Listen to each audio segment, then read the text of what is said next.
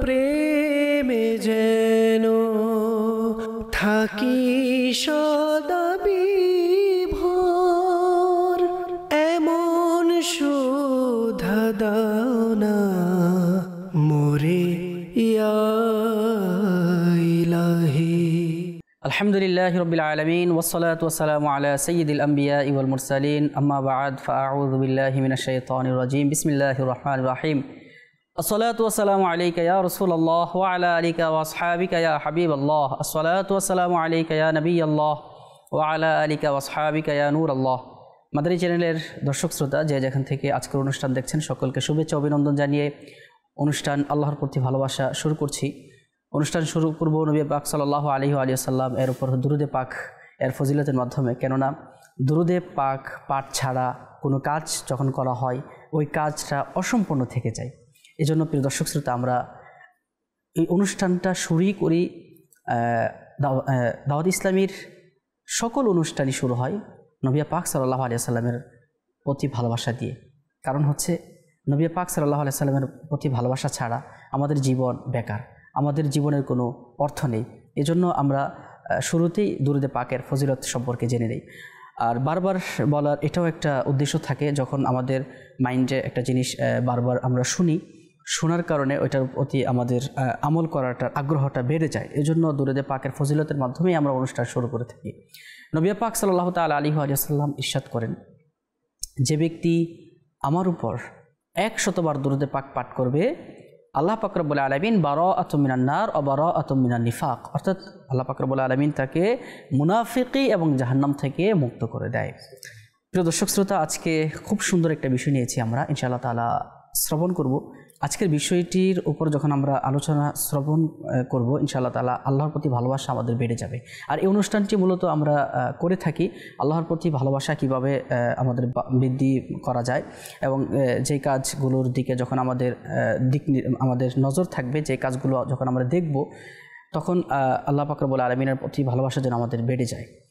মহান আল্লাহ পাক রব্বুল আলামিনের প্রতি ভালোবাসা একজন মুমিনের ঈমানি দায়িত্ব। অর্থাৎ ঈমানের দাবি হচ্ছে আল্লাহকে ভালোবাসা। যে ব্যক্তি আল্লাহ পাক রব্বুল আলামিনকে ভালোবাসবে না, সে কখনো মুমিন হতে পারে না, সে কখনো মুসলমান হতে পারে না। এজন্য ঈমানের দাবি হচ্ছে আল্লাহ পাক রব্বুল আলামিনকে ভালোবাসা। তারপরেও আমরা আল্লাহ পাক রব্বুল আলামিনের প্রতি ভালোবাসা কিভাবে বৃদ্ধি হয়, আল্লাহ পাক রব্বুল আলামিনের ভালোবাসা আমাদের অন্তরে কিভাবে গেঁথে যায়, এই জন্য আমরা এই অনুষ্ঠানে এক একটা বিষয় নিয়ে এসে থাকি। আজকে যে বিষয়টি আমরা রেখেছি, সেই বিষয়টি হচ্ছে আল্লাহ পাক রব্বুল আলামিনের ভালোবাসা ও রাজত্ব।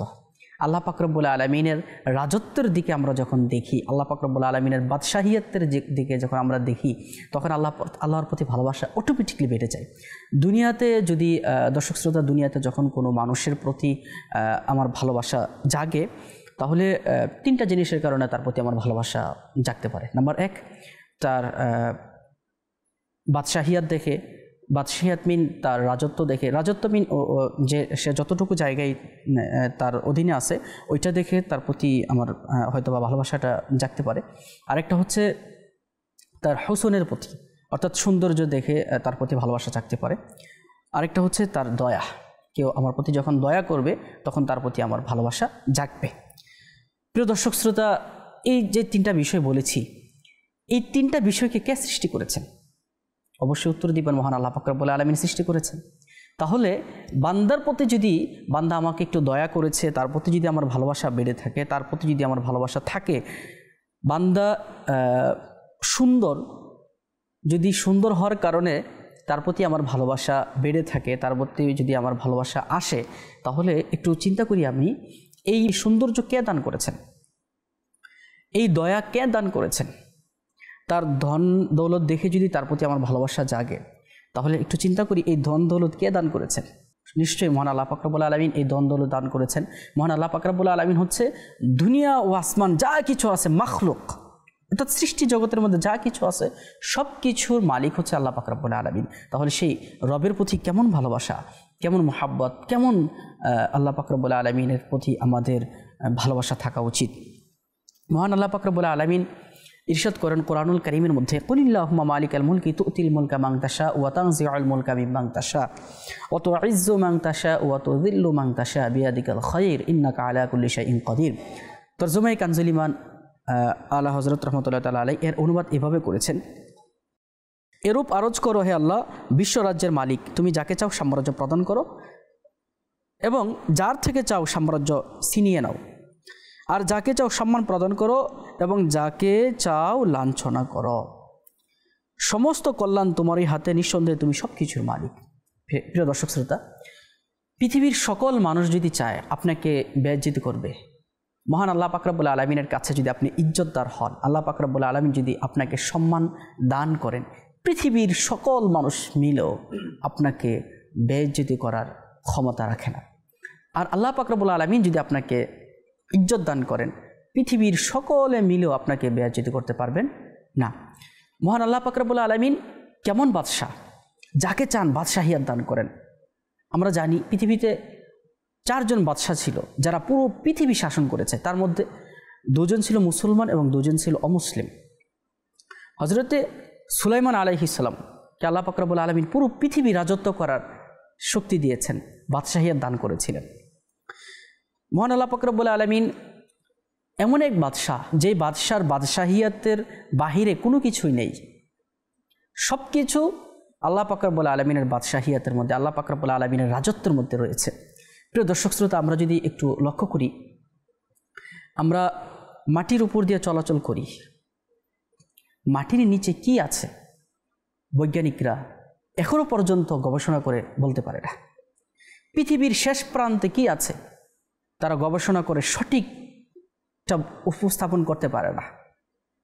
মাটির নিচে কত কিছু রয়েছে, তার মধ্য থেকেও মহান আল্লাহ পাক রব্বুল আলামিন আপনার জন্য আমার জন্য যে ফ্রেশ পানি আমাদেরকে দান করছেন, সেটা কি কখনো আমরা চিন্তা করেছি যে মাটির নিচ থেকে কোত্থেকে এই হাজার হাজার লিটার পানি দৈনিক উত্তোলন করা হচ্ছে, কিন্তু পানি শেষ হচ্ছে না? এই ক্ষমতা কার? এই রাজত্ব কার? অবশ্যই উত্তর আসবে মহান আল্লাহ পাক রব্বুল আলামিন। মহান আল্লাহ পাক রব্বুল আলামিন ইরশাদ করেন, তুলিজুল লাইলা ফিন নাহারি ওয়া তুলিজুন নাহারা ফিল লাইল ওয়া তুখরিজুল হাইয়া মিনাল মাইয়িতি ওয়া তুখরিজুল মাইয়িতা মিনাল হাই ওয়া তারযুকু মান তাশাউ বিগাইরি হিসাব। আল্লাহ হযরত রাহমাতুল্লাহি তাআলা আলাইহি উনি কানজুল ঈমানের মধ্যে এভাবে অনুবাদ করেছেন, তুমি দিনের অংশ রাতের মধ্যে প্রবেশ করাও এবং রাতের অংশ দিনের মধ্যে প্রবেশ করাও, আর মৃত থেকে জীবিত করো এবং জীবিত থেকে মৃত করো। অর্থাৎ আল্লাহ পাক রব্বুল আলামিন মৃতকে জীবিত করার ক্ষমতা আল্লাহ পাক রব্বুল আলামিনের। দিনকে রাত করা, রাতকে দিন করা, রাতকে দিনের মধ্যে প্রবেশ করিয়ে দেয়া, দিনকে রাতের মধ্যে প্রবেশ করিয়ে দেয়া, এগুলো সব কিছুর মালিক আল্লাহ পাক রব্বুল আলামিন। আমরা এগুলি নিয়ে যখন প্রিয় দর্শক শ্রোতা চিন্তা করব, গবেষণা করব, তখন আল্লাহ পাক রব্বুল আলামিনের প্রতিফল আমাদের ভালোবাসা বেড়ে যাবে।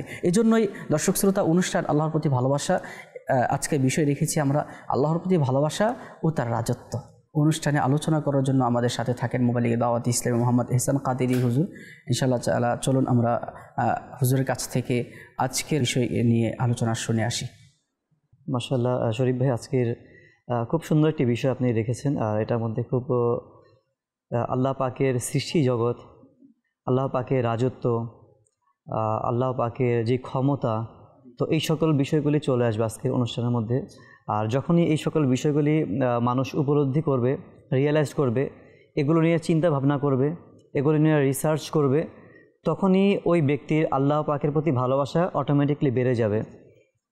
যেমন কোনো দেশের সরকার বা রাষ্ট্রপ্রধান যখন ওই দেশের মধ্যে অনেক ফ্যাসিলিটি দেয়, জি, জনগণের যা যা চাহিদা এগুলি সুন্দরভাবে মেটাতে পারে, তখন দেখবেন যে ওই দেশের সরকারের প্রতি জনগণের আস্থা, ভালোবাসাটা বেড়ে যায়।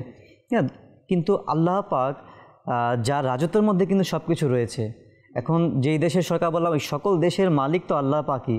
জি, আপনি দুনিয়ার বাইরেও যদি দেখেন রাজত্ব, সেটাও আল্লাহ পাকে, পুরা কুল কায়নাত সব আল্লাহ পাকের রাজত্বের মধ্যে রয়েছে। এখন আমরা যখন আল্লাহ পাকের এই রাজত্ব, এই ক্ষমতার কথা চিন্তা করব শরীফ ভাই, এক একটি নিয়ামত, এক একটি ক্ষমতার কথা যদি আমরা চিন্তা করি, দেখবেন আল্লাহ পাকের প্রতি দয়া, ভালোবাসা আরও বৃদ্ধি পাবে।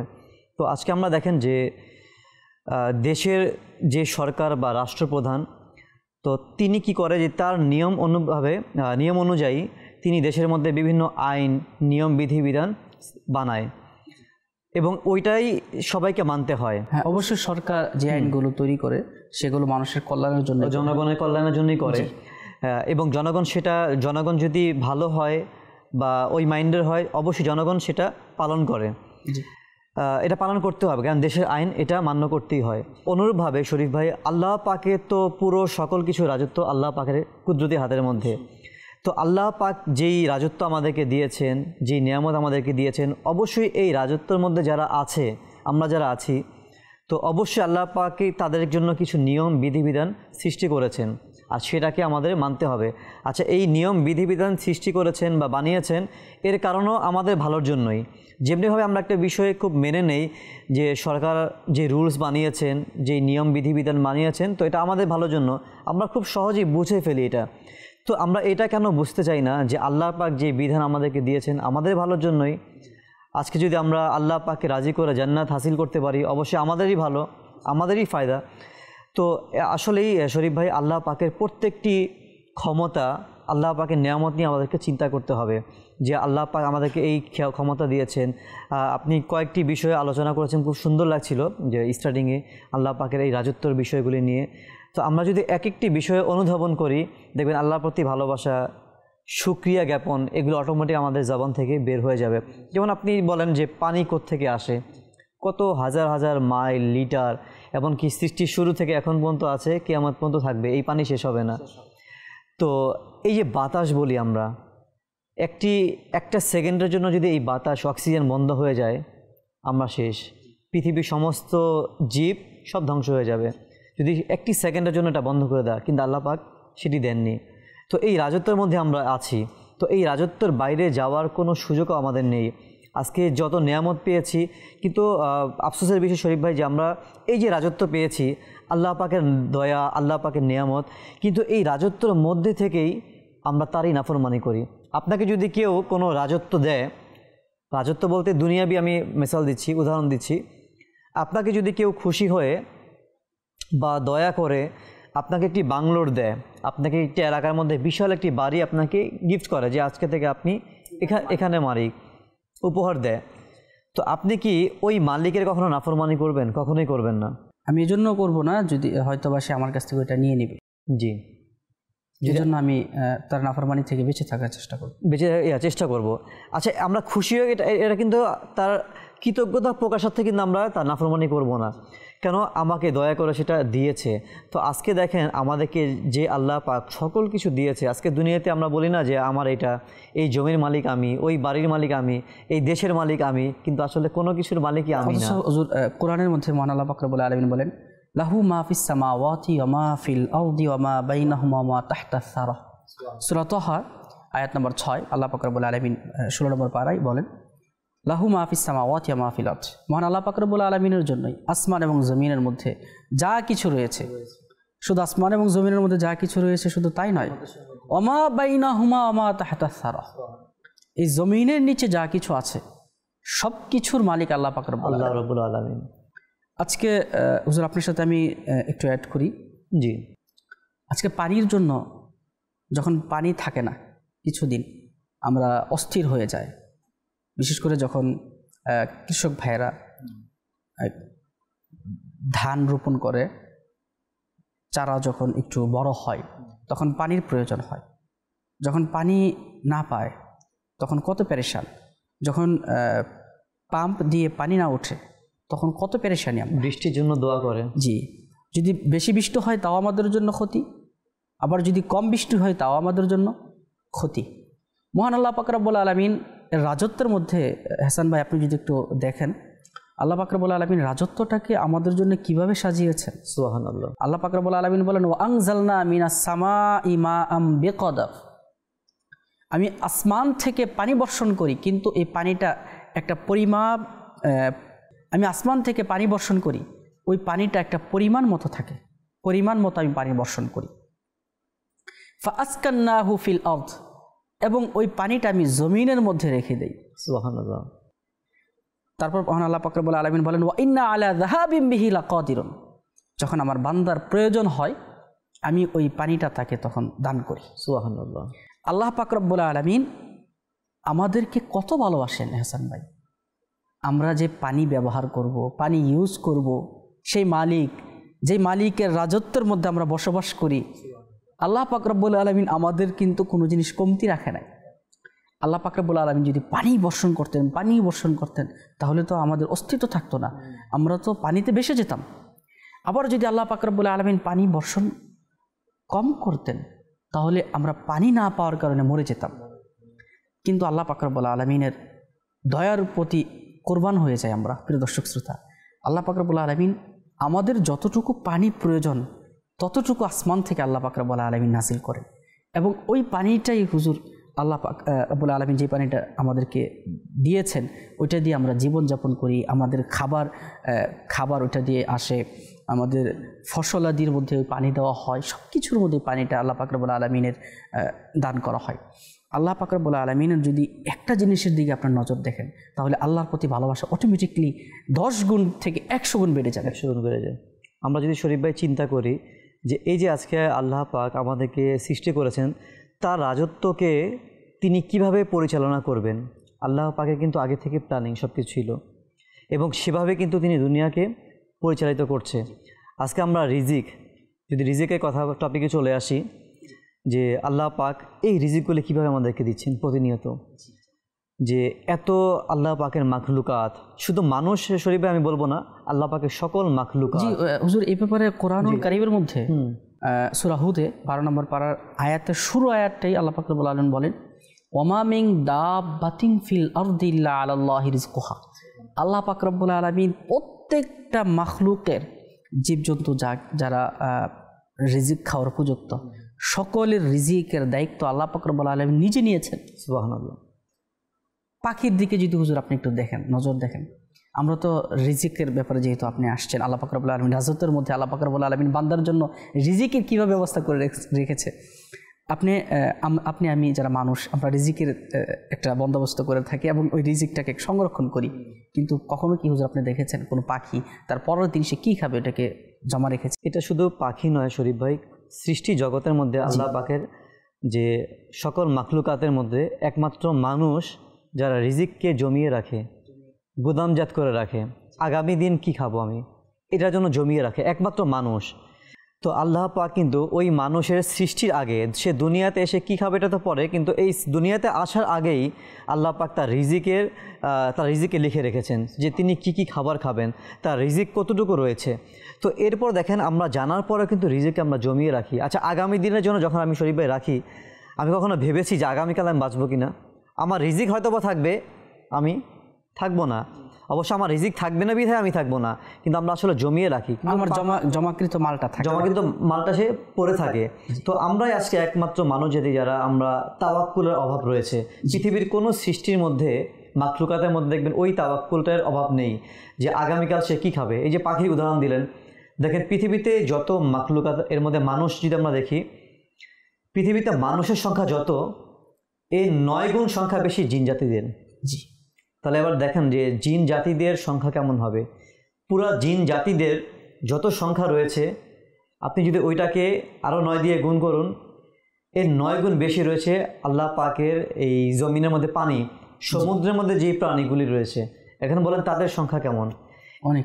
এদের সংখ্যাকে আল্লাহ পাক, এত হাজার হাজার সমুদ্রের মধ্যে প্রাণী রয়েছে শরীফ ভাই, যেটা মানুষ, বিজ্ঞানী বলেন, তারা কখনো এখনও মানে প্রতিটা প্রাণীর নামও জানে না, প্রতিটা প্রাণীর কাছে সে পৌঁছাতে পারেনি যে আল্লাহ পাকের এত সৃষ্টি শুধু এই পানির মধ্যে রয়েছে। সমুদ্রের মধ্যে এমনও পানি আছে যে পানি আপনার হলো খাবার, কয়েক টন খাবার প্রয়োজন হয়। ওই খাবারটা মহান আল্লাহ পাক রব্বুল আলামিনের সমুদ্রের মধ্যে আল্লাহ পাক রব্বুল আলামিনের সৃষ্টি ওই মাছের জন্য, প্রাণীর জন্য আল্লাহ তাআলা দিয়ে দিয়েছেন।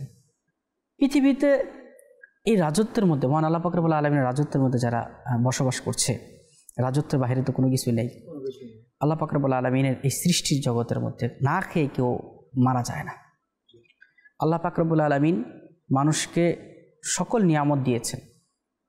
আপনি যদি একটু চিন্তা করেন এহসান ভাই, আপনার আমার কি ছিল? কিছুই ছিল না। আপনার এবং আমার অস্তিত্ব ছিল না, উজুদ ছিল না। আল্লাহ পাক রব্বুল আলামিন আপনাকে আমাকে অস্তিত্ব দিয়েছেন, উজুদ দিয়েছেন, আপনাকে আমাকে মা দিয়েছেন, বাবা দিয়েছেন। এইগুলো কি আল্লাহ পাক রব্বুল আলামিনের দয়া নয় কি? আল্লাহ পাক রব্বুল আলামিনের রাজত্ব থেকেও মানুষ আমরা গুনাহ করি, আল্লাহ পাক রব্বুল আলামিনের নাফরমানি করি। মুয়াজ্জিন 5 ওয়াক্ত বলছে হাইয়া আলাস সালাহ, হাইয়া আলাল ফালাহ, কল্যাণের দিকে আসো, নামাজের দিকে আসো। মুয়াজ্জিন কার প্রতিনিধিত্ব করছেন? নামাজের প্রতিনিধিত্ব করছেন। আরে নামাজ কার জন্য? মহান আল্লাহ পাক রব্বুল আলামিনের জন্য। কিন্তু আমরা কি 5 ওয়াক্ত নামাজ সঠিকভাবে আদায় করছি কিনা? তারপর মহান আল্লাহ পাক রব্বুল আলামিনের যে হুকুম হাকামগুলো, ওইগুলো আমরা সঠিকভাবে নিয়ম মেনে পালন করছি কিনা? শরীফ ভাই দেখেন, যদি আমরা আল্লাহ পাকের রাজত্বের কথা আমরা ভাবি, আল্লাহ পাকের এই সৃষ্টি জগৎ, আল্লাহ পাক আমাদেরকে কি দিয়েছেন এই সৃষ্টি জগতের মধ্যে? আল্লাহ আমাকে এই দুনিয়াতে পাঠিয়েছেন, কত নেয়ামত দিয়েছে। তো কিছুক্ষণ আগে হয়তো বা একটি উদাহরণ দিয়েছিলাম যে কেউ যদি আমাকে কোনো জায়গার মালিক করে দেয়, বাদশা করে দেয়, তো আমি তার কৃতজ্ঞতা জ্ঞাপন করি, কখনোই তার নাফরমানি করি না। তো দেখেন আল্লাহ পাকের রাজত্বের মধ্যে এসে আজকে আমরা, আল্লাহ পাক আমাকে রিজিক দিয়েছেন। দেখেন আমরা প্রতিনিয়ত গুনাহ করি কিন্তু রিজিক বন্ধ করেনি। তো এমনই এক ব্যক্তির যদি আমি বলি যে একবার এক ব্যক্তিরও তার গুনাহের অনুশোচনা সৃষ্টি হলো যে আমি গুনাহ করেছি, এর থেকে বাঁচার উপায় কী? দেখেন পূর্ববর্তী যুগের যারা উম্মত, তাদের আকীদা এটা ছিল এবং তাদের বিশ্বাস এটাও ছিল যে আমার এই গুনাহের চিকিৎসা করার জন্য ডাক্তারের প্রয়োজন না, আমার এই গুনাহের চিকিৎসার জন্য কোনো হসপিটাল অ্যাডমিট হলেও লাভ নেই, ডাক্তারদের চিকিৎসা এটা দ্বারা সম্ভব নয়। তো গুনাহের চিকিৎসার জন্য তারা আল্লাহর ওলির দরবারে চলে যেতেন, রুহানি চিকিৎসা প্রয়োজন হয়। তো ওরকমই রুহানি চিকিৎসক ইব্রাহিম বিন আদহাম রহমতুল্লাহ আলাই, অর্থাৎ আল্লাহ পাকের প্রতিটি অলি যদি আমরা তাদের অবস্থা দেখি যে তারা সকলেই তার নিজ যুগের যারা উম্মত ছিল, তাদের নিজ যুগের মধ্যে তাদের যেই মুসলমান ছিল সবার তারা সংশোধন করতেন। তো ইব্রাহিম বিন আদহাম রহমতুল্লাহ আলাই কাছে এক ব্যক্তি গেল যে হুজুর আপনি আমার গুনাহের চিকিৎসা করেন, আমার দ্বারা অসংখ্য গুনাহ হয়ে গেছে। দেখেন কত সুন্দরভাবে ট্রিটমেন্টের তাদের ধরন দেখেন। ট্রিটমেন্টগুলি আসলে কোনো মেডিসিন না, ওষুধপত্র না যে তাকে খাইয়ে দেবে, তাকে আসলে ফিল করাবে। তো ইব্রাহিম বিন আদহাম রহমতুল্লাহ আলাই তাকে বললেন যে ঠিক আছে, তোমার যখন গুনাহ করার অনেক ইচ্ছা হয়ে যায় তখন তুমি আল্লাহ পাকে রিজিক খাওয়া বন্ধ করে দাও। আল্লাহ আল্লাহ, ওই ব্যক্তি অবাক হয়ে গেল যে হুজুর আপনি কি কথা বলছেন? আল্লাহ পাকে রিজিক খাওয়া বন্ধ করে দিয়ে আমি কার রিজিক খাবো? কারণ সমস্ত সৃষ্টির রিজিক তো আল্লাহ পাকের কুদরতি হাতের মধ্যেই, আর আল্লাহ পাকে রিজিক বাদ দিয়ে আমি কার রিজিক খাবো? সুযোগই নেই। তখন ওই ব্যক্তি ইব্রাহিম বিন আদহাম রহমতুল্লাহ আলাই কত সুন্দর তাকে বুঝালেন যে দেখো কতই না মন্দ কথা, যে খারাপ কথা যে তুমি যে আল্লাহ পাকে রিজিক খাচ্ছ আবার সেই আল্লাহ পাকে নাফরমানি করবে। আল্লাহ আল্লাহ, তার প্রথম ট্রিটমেন্ট, তার প্রথম ডোজ হয়ে গেল এখানে। আচ্ছা, সে বলল, ইব্রাহিম বিন আদহাম রহমতুল্লাহ আলাই তাকে আরেকটি উপদেশ দিলেন, তোমার যখন গুনাহ করার দৃঢ় ইচ্ছা হয়ে যাবে যে আমার গুনাহ করতে হবে, তখন তুমি আল্লাহ পাকে রাজত্ব থেকে বেরিয়ে যাও। তখন সে ব্যক্তি আরও হতবাক হয়ে গেল, হুজুর আপনি কি কথা বলছেন? আল্লাহ পাকে রাজত্ব থেকে বের হয়ে আমি কার রাজত্বে যাব? আচ্ছা, আল্লাহ পাকে রাজত্ব থেকে আমি বের হবই কি করে? সমস্ত কুল কায়নাত তো আল্লাহ পাকে রাজত্বের মধ্যেই, তো এই আল্লাহ পাকে রাজত্ব থেকে বের হওয়ার তো কোনো সুযোগই আমার নেই। ইব্রাহিম বিন আদহাম রহমতুল্লাহ আলাই বললেন যে কতই না মন্দ কথা, যে কতই না খারাপ বিষয় এটি যে তুমি বলছো যে আল্লাহ পাকের রাজত্ব থেকে বের হওয়ার কোনো সুযোগই নেই, আর তুমি সেই আল্লাহ পাকের রাজত্ব থেকে তারই নাফরমানি করবে কি করে? দ্বিতীয় ডোজ তার। ইব্রাহিম বিন আদহাম রহমতুল্লাহ আলাই বললেন ঠিক আছে, যদি তোমার মনে হয় যে আমার এখনই গুনাহ করতে হবে, আমার গুনাহ করার ইচ্ছা এতটাই প্রবল হয়ে গেছে আমার এখনই গুনাহ করতে হবে, ঠিক আছে তুমি তাহলে গুনাহ করেই ফেলো, কিন্তু এমনভাবে গুনাহ করো যেন আল্লাহ পাক তোমাকে না দেখতে পায়। তখন ওই ব্যক্তি তো আরও সারপ্রাইজ হলো, আপনি কি বলছেন? আল্লাহ পাক দেখবে না, বরং আল্লাহ পাক তো অন্তরের অবস্থা সম্পর্কে জ্ঞাত রয়েছে। তখন সে বলল যে দেখো যে তুমি আল্লাহ পাককে সর্বশ্রোতা এবং সর্বদ্রষ্টা হিসাবে মেনে নিয়েছো, এবং তুমি এটাও জানো যে আল্লাহ পাক অন্তরের অবস্থা সম্পর্কে জানে, তো তুমি কি করে সেই আল্লাহ পাকের নাফরমানি করো? এভাবে তিনি 6টি উপদেশ ইব্রাহিম বিন আদহাম রহমতুল্লাহ আলাই দেয়। আসলে বলার উদ্দেশ্য হচ্ছে এই ওয়াকিয়াটি শরীফ ভাই, যে আজকে আমরা যারা আল্লাহ পাকে এই রাজত্বের মধ্যে রয়েছি, আমরা অনেক সময় মনে করি যে এই রাজত্বটা আমার, এই দেশের মালিক আমি, এই এলাকার মালিক আমি, তো যা কিছু ক্ষমতা আমার। আসলে না, আজকে যারা ক্ষমতার মধ্যে আছে শরীফ ভাই, তারা দেখবেন এই ক্ষমতার এত অপব্যবহার করছে, তারা মনে করছে যে এই ক্ষমতা, এই রাজত্বের মালিক শুধুমাত্র সে, কিন্তু হাকিকি মালিক সে না। যতদিন আছে সে, আল্লাহ পাক যে কোনো সময় আপনার এই ক্ষমতা ছিনিয়ে নিতে পারে, কারণ সমস্ত ক্ষমতার মালিক হচ্ছে আল্লাহ। এখন এই যে আপনাকে এই ক্ষমতা দিচ্ছেন, এখন আপনি চাইলে কি ক্ষমতা মানুষকে জুলুম করতে পারবেন? কখনোই পারবেন না। আল্লাহ পাক আপনাকে রাজত্ব দিয়েছেন, এই রাজত্বের বাইরে আপনার যাওয়ার সুযোগ নেই, এই রাজত্বের মধ্যে নাফরমানি করার সুযোগ নেই। অনেকেই এটা ভাবছে যা করা করে নিই, সব তো আমারই, এই দেশ তো আমারই, আমাকে কে কী বলবে, এই রাজত্ব তো আমারই, আমাকে কে কী বলবে।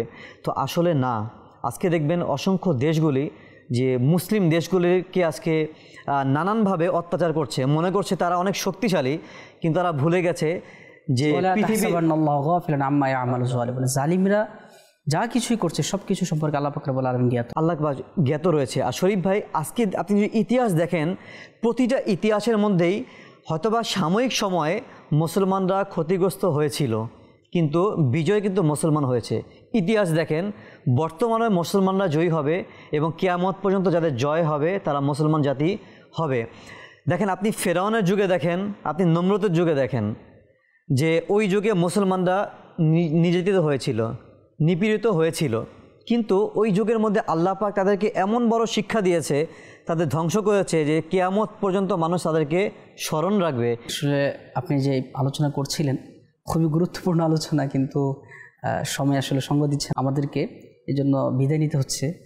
দর্শকদের উদ্দেশ্যে যদি হুজুর লাস্ট কিছু বলেন তাহলে বলতে বলতে ইনশাআল্লাহ যদি আসলে শরীফ ভাই, আল্লাহ পাকের যে বিষয় রেখেছেন রাজত্ব, আসলে রাজত্বর বিষয়টা এত, যেটা মুখে বলেও শেষ করা কখনোই সম্ভব না। সারা দুনিয়ার মানুষও যদি আল্লাহ পাকের এই রাজত্বর বিষয় নিয়ে আলোচনা করে, আচ্ছা এক একটি সাইড নিয়ে আলোচনা করলে আমাদের বিষয়, যে আল্লাহ পাকের এত বিশাল রাজত্বের বিষয়ে আসলে শরীফ ভাই আপনি বলেছেন অনুষ্ঠানের সময় আসলে শেষ। আসলে আল্লাহ পাকের রাজত্ব আজকের অনুষ্ঠানের যে বিষয়, এটা অনেক ব্যাপক রয়েছে। তো দর্শকদের উদ্দেশ্যে এটাই বলা থাকবে যে আল্লাহ পাকের এই রাজত্বের মধ্যে থেকে আমরা যেন আল্লাহ পাকের নাফরমানি না করি, আল্লাহ পাকের রাজত্বের মধ্যে থেকে যেন আল্লাহ পাকের যে আদেশ এগুলো যেন আমরা মেনে চলি। তাহলে দেখবেন যে আল্লাহ পাকের এই রাজত্বের মধ্যে কাল কিয়ামতের দিনও আল্লাহ পাকের এই রাজত্ব, কাল কিয়ামতের দিন আজকে জমিনের মধ্যে আমরা যা কিছু করছি শরীফ ভাই, এই সকল কিছু কিন্তু কাল কিয়ামতের দিন সাক্ষ্য দিবে। তো এখন আপনি ভালো করেন, খারাপ কাজ করেন, আপনি যেখানেই, অনেক মানুষ এমন আছে যে অনেকে চেষ্টা করে যে আমি একটু দূরে যেয়ে, একটু বাহিরে যেয়ে জুলুম করব, কেউ দেখবে না, কিন্তু আল্লাহ দেখছে। আপনি আল্লাহ রাজত্বের মধ্যেই রয়েছেন, আচ্ছা কেউ না দেখলেও আল্লাহ তো দেখছে। আচ্ছা কি আপনি যেই স্থানে শরীফ ভাই গুনাহ করছেন বা অপহরণ করছেন বা আপনি জুলুম করছেন, ওই স্থানটা কিয়ামতের দিন স্ক্রিনের মধ্যে আপনাকে দেখাবে। তো এই রাজত্বের বাইরে যাওয়ার কোনো সুযোগ নেই, আর এর মধ্যে আপনাকে সকল কাজ করতে হবে আল্লাহর পাকের আদেশ অনুযায়ী। অসংখ্য অসংখ্য ধন্যবাদ এহসান ভাই, খুব গুরুত্বপূর্ণ আলোচনা করেছেন। আল্লাহ পাক রব্বুল আলামিন আমাদের সকলকে মহান আল্লাহ পাক রব্বুল আলামিনের হুকুম হাকাম মেনে চলার তৌফিক দান করুক। দর্শক শ্রোতা, আজকে বিদায় নিচ্ছি ইনশাআল্লাহ তাআলা। আগামী পর্বে ইনশাআল্লাহ আবারও দেখা হবে। ততক্ষণ পর্যন্ত ভালো থাকুন, সুস্থ থাকুন, মাদানী চ্যানেল দেখতে থাকুন। সাল্লু আলাল হাবিব সাল্লাল্লাহু তাআলা আলা মুহাম্মদ সাল্লাল্লাহু তাআলা আলাইহি ওয়া আলিহি ওয়াসাল্লাম। তোমার প্রেমে যেন থাকি সদা বিভোর, এমন সুধা দাও না মোরে